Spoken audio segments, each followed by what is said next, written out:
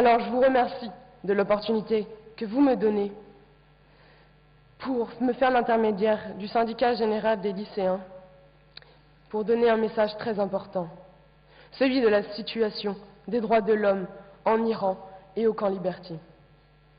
Pendant que certains négocient avec le régime iranien sur l'abandon des projets sur le nucléaire, nous fermons les yeux sur le massacre de 3000 dissidents iraniens en Irak.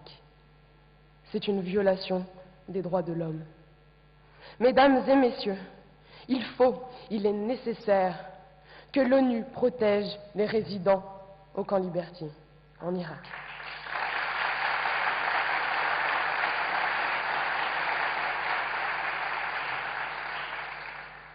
Nous le savons tous les résidents sont considérés comme des personnes protégées d'après la 4e Convention de Genève.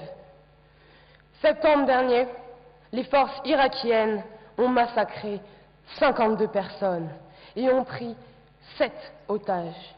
Ceci n'est pas possible.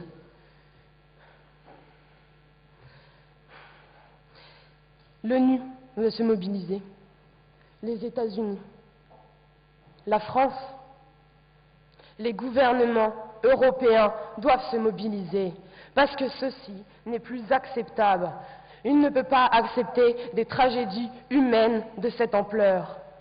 On ne peut pas bafouer la liberté des gens, on ne peut pas bafouer une démocratie parce que c'est le peuple et on bafoue le peuple si on bafoue la démocratie.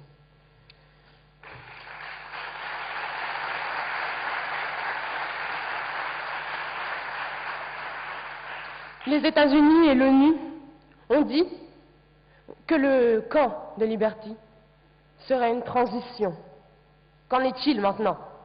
Non, ce n'est pas une transition, c'est une prison. Une prison où on enferme des gens parce qu'ils croient en leur liberté, parce qu'ils pensent. Ce n'est pas acceptable. C'est affreux. Et nous devons nous battre contre cela. Les résidents sont privés de leur liberté de déplacement, n'ont pas le droit de voir des familles, n'ont pas accès à certains services médicaux. 2 ans après avoir été déplacés à Liberty, seulement 10% des résidents ont été réinstallés. Le gouvernement doit supporter les droits de l'homme en Iran, de défendre la démocratie et surtout améliorer les conditions de vie humanitaire de Liberty.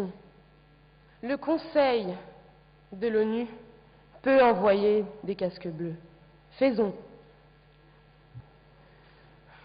Aujourd'hui, j'ai envie de penser à la jeunesse iranienne, celle qui se bat, qui manifeste pour ses droits, pour leur vie, pour leur liberté contre la loi des mollahs.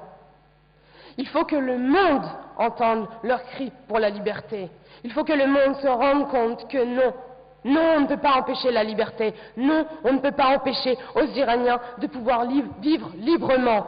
C'est impossible et vous vous battrez pour ça. Et nous vous soutiendrons, nous, en France, des moyens que nous pouvons.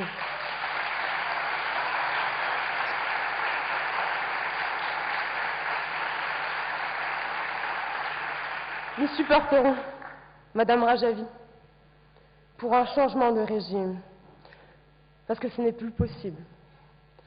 La démocratie est là-bas.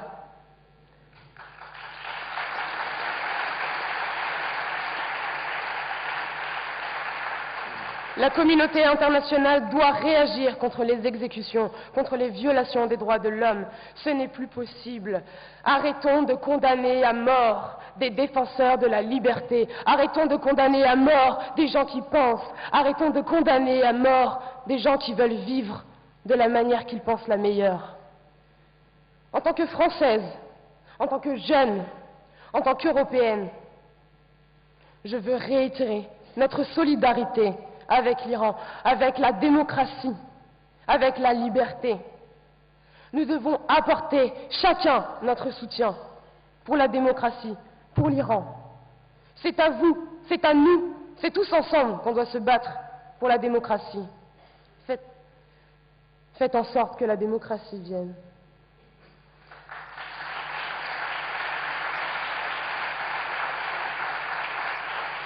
Madame Rajavi, vous représentez la solidarité, vous représentez la démocratie, vous représentez l'égalité homme-femme, vous représentez la liberté.